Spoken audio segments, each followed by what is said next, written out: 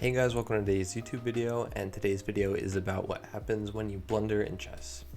Now, I'm going to be going through the psychology of it and what you should do after you blunder. So I'm just going to get right into it. So you're just playing a game of chess, normal chess. Okay, Roy Lopez, you get relatively normal line, I guess. And then you pre-move d3 for whatever reason.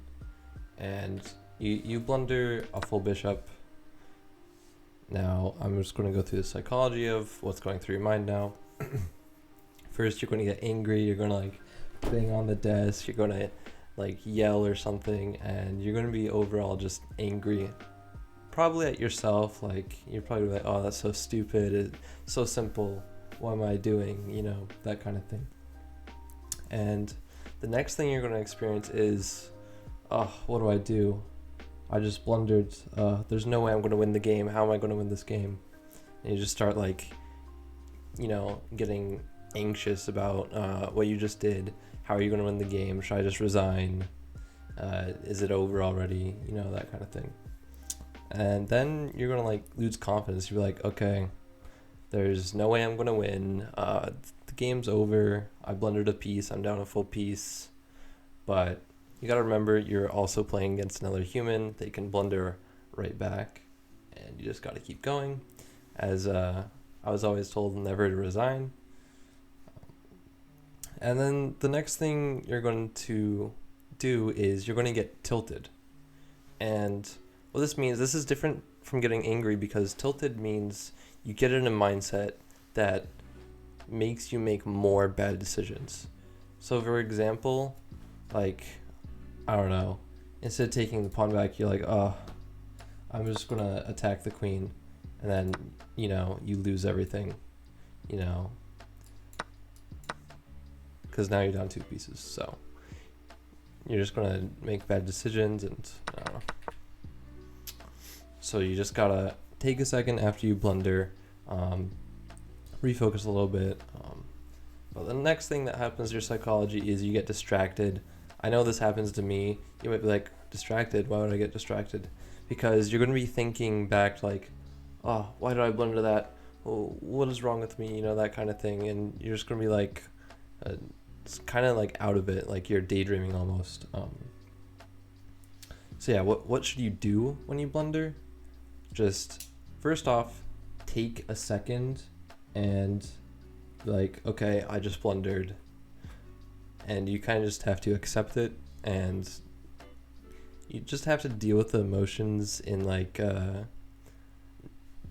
just have to internalize them and separate them from how you're playing the game. So you have to take a second to do that. Don't automatically play any moves after you blunder, because it will 95% of the time be another blunder. Because oftentimes you hear after a blunder comes more blunders, and you just want to avoid doing that, because that'll get you even more angry, and it's just a slippery slope. And then next thing you want to do is just refocus after you've waited and okay, I blundered.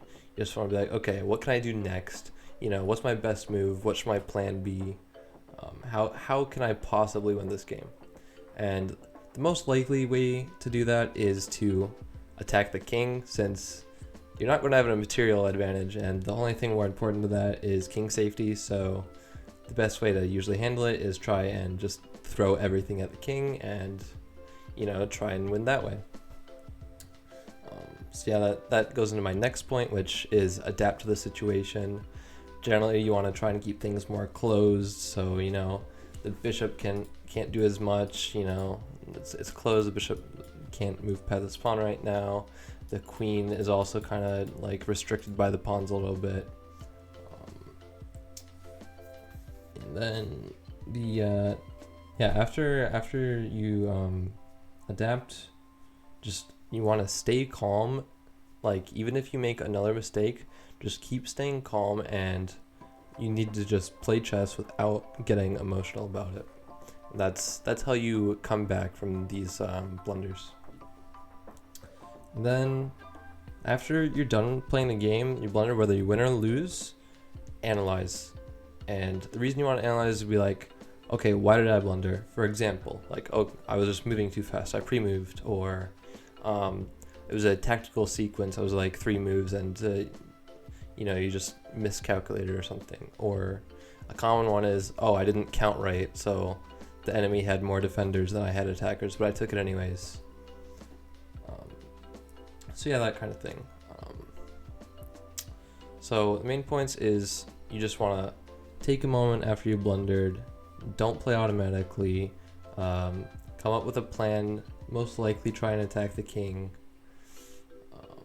analyze afterwards. So yeah, don't play automatic moves like this and blunder even worse. I'm going to show a counting example. So let's say I didn't move this bishop out, so the same amount of attackers, defenders. I don't know, for some reason you don't think this knight exists, so you take, and then they take back. Oh, I miscalculated. I counted wrong.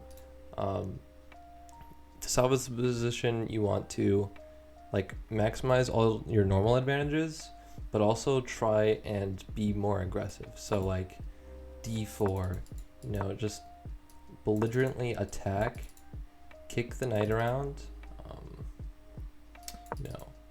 Next you want to bring your bishop out, you develop and get castle, rooks to the center, and then shove these pawns down or something. Yeah, after this, I don't know, waste a move. You can go here and just try and get some sort of advantage with space and stuff. Again, with bishop c4, try and attack the f pawn, bring your knight out, castle, put your rook on the d file behind your queen. Come up with plans like that. Make sure it's aggressive, don't play passive if you're down a piece, because then you're going to be there's no chance at all that you're going to win, because you're down material, so eventually you're going to end up trading if you're passive, and as less and less materials on the board, being down a piece matters a lot more. So another point I want to make is, if you blunder a piece, don't trade. Don't trade. So actually, after d takes, probably don't take back with the bishop. Just be down another pawn. And the computer actually agrees with me on that.